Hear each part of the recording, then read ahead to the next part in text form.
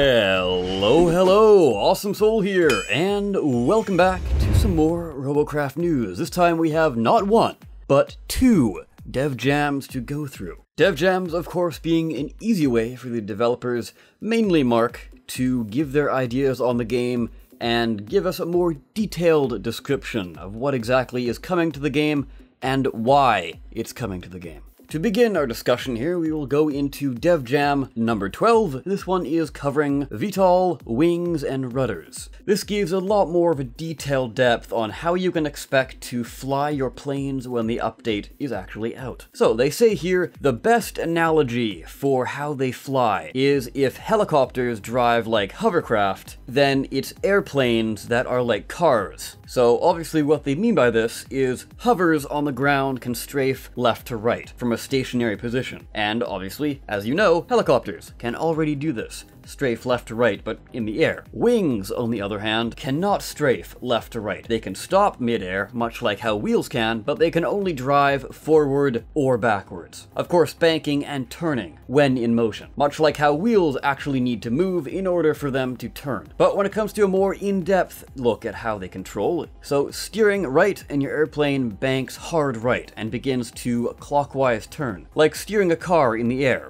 is what they're saying here. But one thing that's definitely new here is if you hit the spacebar, your airplane will now do a steep incline. This feature most likely is there because of the new built-in propulsion and the whole VTOL feature. Since the thrusters can keep you hovering and stable when they're pointing down, since you press the spacebar, it will face downwards and bring you up. They continue, the banking and elevation is handled for you, so you can focus on hitting your targets and focus on teamwork as well. And if you slow down, probably by letting your finger off of the forward key, you can then go into a hover mode. And they say here you can have amazing control over your speed. What they could be getting at is if you kind of tap forward and not really go full force on the forward key, perhaps you can have far greater control over your speed in that sense, meaning you'll still be able to go at a fairly slower speed. Alright, so this is the biggest point of contention that I've seen a fair amount of people talking about on the forums and on Twitter, Reddit, etc, etc. So they address that here by saying, now, I know that the description above is going to alarm those that like flying planes. It is a controversial change for those guys for sure, but I can promise you that we have invested tons of time in trying out many prototypes, and when you get used to the new way of flying as a plane in Battle Arena, you will hopefully appreciate the changes, and I'm confident you will see tons more players taking to the air when this goes live. They continue, there are also loads of subtle little tricks and moves you can still pull off that require a fair bit of practice and skill that are made possible by the new built-in propulsion. And as a little personal aside here, the fact that there is now built-in propulsion is a massive buff to wings. No longer do you have to sink a crap ton of CPU in other parts just to get your bot to move. Now you can sink it into armor, modules, weapons, electroplates, you name it. Though I think that kind of covers everything, but you get the idea. I've kind of alluded to some of the tricks you can pull off by reading out this article, but if you would like to see what exactly they're talking about, link for this will be in the description down below. Now, what about building tricks? How exactly is building going to work with the new and improved aerofoils and rudders? Well, they say here, so you basically get different turning characteristics when it comes to the placement of your wings on the left and the right. So presumably this means the farther away you make them, it's going to have a harder time turning, and then the closer you make them, it's going to turn a little bit faster. At least that's my guess. We don't know until it's actually out, but it would kind of make sense as far as the whole fast versus tanky design. If you're a lot tankier, you're going to be bulkier, and if you're bulkier, you're going to need your wings farther apart. Similarly, we have a difference in elevation characteristics, and this is done depending on how far and back they are from your center of mass. So the way I could personally see this is if they're really close to your body, like super close to your center, maybe they can't gain altitude as fast. But if they're farther out, then maybe you could gain and lower your altitude a whole lot faster. So if I'm right here, that means that tankier planes wouldn't be able to turn as fast, but they could gain altitude a lot quicker. But on the opposite end of the spectrum, you could have smaller aircraft turning a lot better, but they would be slower at going up and down. That's an interesting dynamic, but again, that's not confirmed. That's just speculation on my part. Now, they continue on by saying rudders help you turn sharper and faster. And by this, they actually mean rudders in a rudder configuration. Because they have stated previously that now wings are more effective as wings, and rudders are far more effective as rudders. Presumably though, you still will be able to use them for both purposes. You get better force from the propulsion and the strong turning and elevation from the larger wings. And they can carry more mass, so therefore more health boost, because you have more health boosting cubes on there. But same as before, the smaller rudders and wings are much easier to conceal and possibly fit inside your bot. So therefore you can protect the wings by using cubes or electroplates. So they both have a pro and con to them. Another really awesome feature is that wings and rudders no longer add drag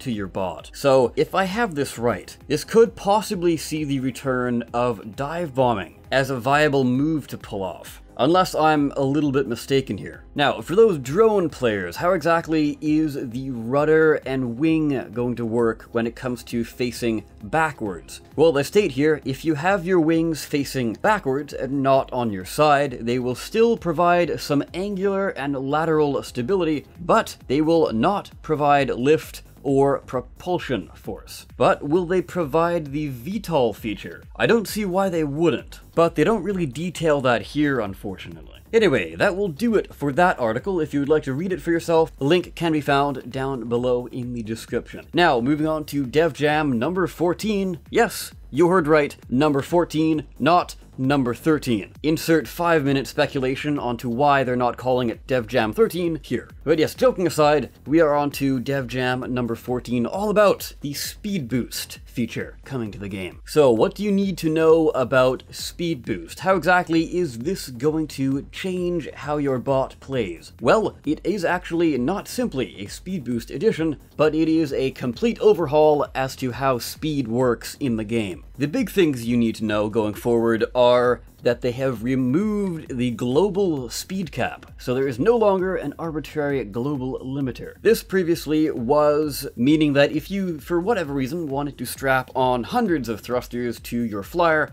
it wouldn't really go that much faster. But now, if you are a madman and really want to strap that many thrusters on, you can actually go that fast. Another big change is that adding more mass to your bot, aka more weight and more parts, no longer reduces the top speed of your bot. However, it still does affect the inertia and momentum of your bot. So that means it will affect your acceleration and deceleration, but not reduce the top speed. So if you wanted to go ahead and mount a giant mass of nothing but cubes or the heaviest parts you could find on a single sprinter leg, it will still be going at top speed. They've also removed diminishing returns on movement parts too, as it is no longer relevant, they state here. I have detailed how diminishing returns worked a few videos back. I'm not going to bore you with how that is again. And we now have information on how exactly the whole hybrid movement works in the game. I sort of speculated on how it worked a few videos back. Actually, it might have been last video. I can't remember. But now we know precisely how this thing is going to work. But I'll get into that in a little bit. First off, we do need to get into what exactly is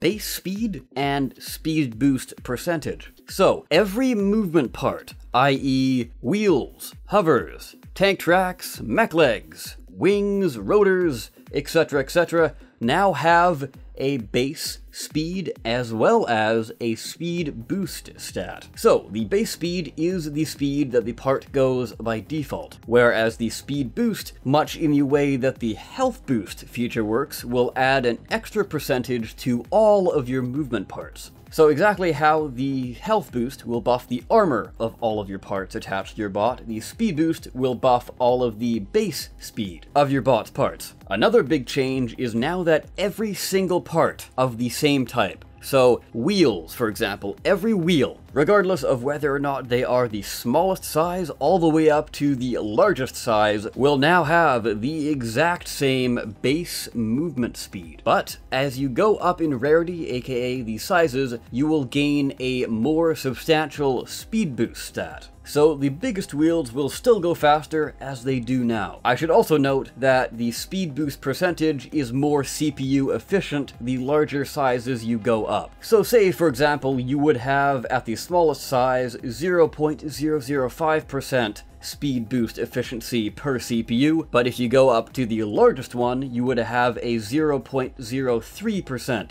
CPU efficiency for speed boost, meaning you would get more speed boost for the CPU you're spending. Thrusters and propellers now have the lowest base speed by far, but have the highest speed boost percentage per CPU spent. And the stats, interestingly enough, on thrusters have changed since the live stream, so I'll get into that after we continue with this section here. But the speed boost on these parts, as well as, well, every part really, is applied in the direction of travel. So if you have loads of thrusters pointing forward and none backwards, you will go faster forwards, but not backwards. So you will not gain any of your speed boost if you're driving backwards and you have no thrusters facing backwards. Or if you only have 2 thrusters facing backwards, you will only gain the speed boost of those 2 thrusters when you try and reverse. And exactly like the health boost percentage, both the speed boost and base speed will update in real time as you are building. Now, onwards to the hybrid system. Previously, if you had tried to build a hybrid robot, it would move at the speed of the lowest common denominator, i.e. the slowest part. So, for example, if you had wheels and a tank track hybrid, they would move at the speed of the tank tracks, essentially making your wheels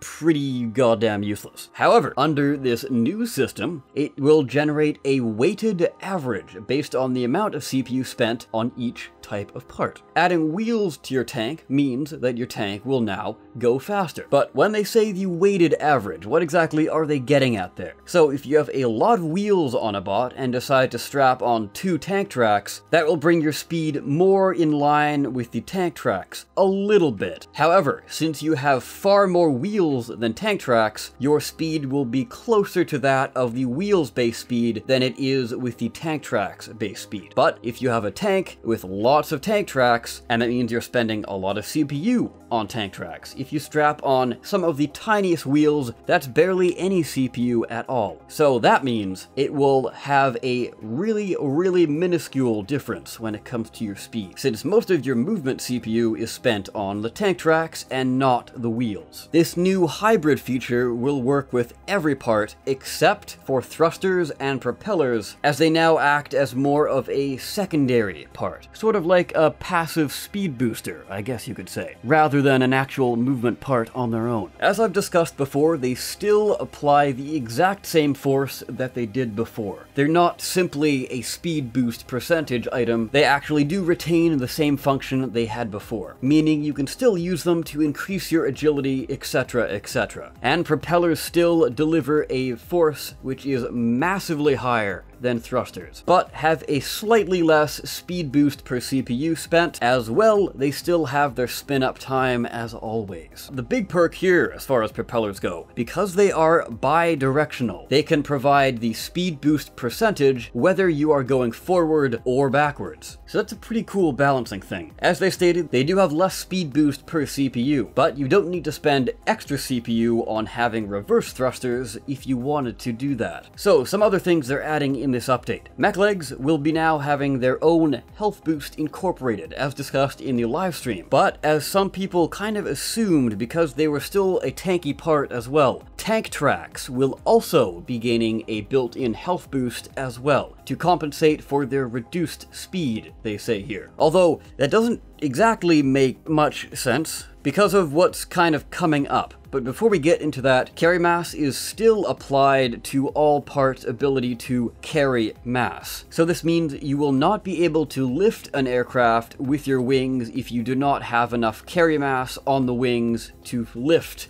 all of the weight you have. This also applies with hovers, rotors, and rudders as well. Anything that really needs to get up into the air and lift it off the ground. Now, with all of these changes comes new stats. They state here, with the removal of, quote, adding mass reduces your top speed, wheels and sprinters got a big buff. Also, with huge new maximum speed being achieved with the addition of speed boost, we've had to make some changes to the base speed of parts. Our goal is to add loads more depth into the building system and loads more freedom and diversity without elevating the net average speed massively in the game. We expect some elevation, but don't want it to go too far. This means they want things to go at the same speed they were going before, but they want you to achieve this with a bit of speed boost. And if you wanted to push past this, quote, net average, you could if you wanted to add a lot of speed boost to your bot. In the same way you can add a lot of health boost to your bot now. Anyways, with that in mind, here are the numbers you can expect on release date. Although there may be some late changes, this is what they are at the time of writing. And I will show them on screen. Might be a little hard to see as I only have so much space on YouTube. But if you would like to view the whole list, link is in the description, and you can follow along with what I'm getting at here. So I'll quickly run through some of the things, but stop where I think it's necessary. So, every single hoverblade will now go at 185 miles per hour as their base speed. All mech legs will now go at 145 as their base speed, which is kind of what I was getting at before when they were saying they're getting a health boost as a part of the whole speed reduction. But here, they're definitely not getting a speed reduction. Not entirely sure what they were getting at when they were writing that. As much as I like my mech legs, hopefully this was an oversight and will be changed in the patch notes coming up fairly soon, I presume. The rotor blades, aka the helicopter blades, will be moving at 175 miles per hour, so slightly slower than the hover blade. Of course though, I should reiterate, all of these base speeds can be made far faster if you put a lot of CPU into speed boosting parts. Next up is the tank tracks, which will be going at a rather astonishing 165 miles per hour. So, far faster than the mech legs. Which, I mean, right now they already kind of were faster than the mech legs, but not insanely faster. I'd say this is a pretty big buff for them. Again though, why are they getting the health boost when they specifically say they're giving the health boost because of the reduced speed, but now they're buffing their speed substantially? Thrusters and propellers will be moving at the same speed of 120, which if you remember when I discussed it on the live stream video, they were moving at 80 miles per hour, so this is buffed up from there. Definitely goes to show you that things change quite a bit in the background when developing this game. Wheels getting a rather substantial nerf here to 220 miles per hour, down from what usually was about 280 to 290, just shy of 300. And I know they stated that the speed boost is going to help bring up the net speed average, but I think this might be a little bit overdoing it, and you're really going to have to invest quite a bit in speed boost if you want to bring it back up to where they were before. Now, the brand new wings definitely shine the brightest here with 260 miles per hour, which will easily reach 300 plus by just a little bit of speed boost. Insect legs now are moving at 155 miles per hour, which isn't too bad. It's kind of where they were originally, not that big of a change there, which is kind of cool because now you can make them go a whole lot faster with speed boost. And when it comes to skis, yes, skis, they have 260 movement speed, exactly the same as the rudders. However, they still do not have their own built-in propulsion, so you will need to strap on things like thrusters as well as propellers in order to propel them forward. Now, the biggest point of contention that many people, myself included, have had with this little list we've been given is all sprinter legs move at 160 miles per hour. You heard right. The sprinter leg is only slightly faster than the mech leg and slower than the tank track. I don't know why it's so low, honestly. I think probably bumping it up to 170, 180 could be good because they're sprinter legs, not slightly faster than regular legs. you know, anyways. Quickly before I end it, jumping back to the thrusters and propellers, I kind of skipped over the whole speed boost of them. I should also mention that every part on this list also has their own built-in speed boost value, but the thrusters and propellers have somewhat of an interesting speed boost percentage. Surprisingly, it's not all that much higher than the base of some other parts. For example, the tank track Mammoth has 0.025% per CPU spent, whereas the thruster Cheetah has 0.60% per CPU spent. That's basically detailing their CPU to speed boost efficiency. So the thruster Cheetah, which is the largest thruster at 18 CPU, gives you 1.08% speed boost. But going back to the example, the tank track Mammoth clocking in at the much higher 125 CPU will give you 3.13% speed boost. Now on the surface that seems like a lot more, but if you wanted to spend that 125 CPU on Cheetah thrusters instead of the Mammoth tank track, it would give you 7.5% speed boost for that CPU spent, as opposed to the 3.13 of the tank track. So yes, substantially higher, but is that really high enough? Are these speed boost values high enough for you? Especially when it comes to the dedicated speed boosting parts, i.e. the thrusters and the propellers. I'm not entirely sure the speed boost on those is high enough, and I do actually have a pretty big problem when it comes to the propellers, having a far lower CPU to speed boost percentage than the thrusters. But this video has gone on for far too long, so I will wrap it up right here. I of course have been the Awesome Soul. Leave your comments down below for what you think of this update, and I will be seeing you next time. Take care.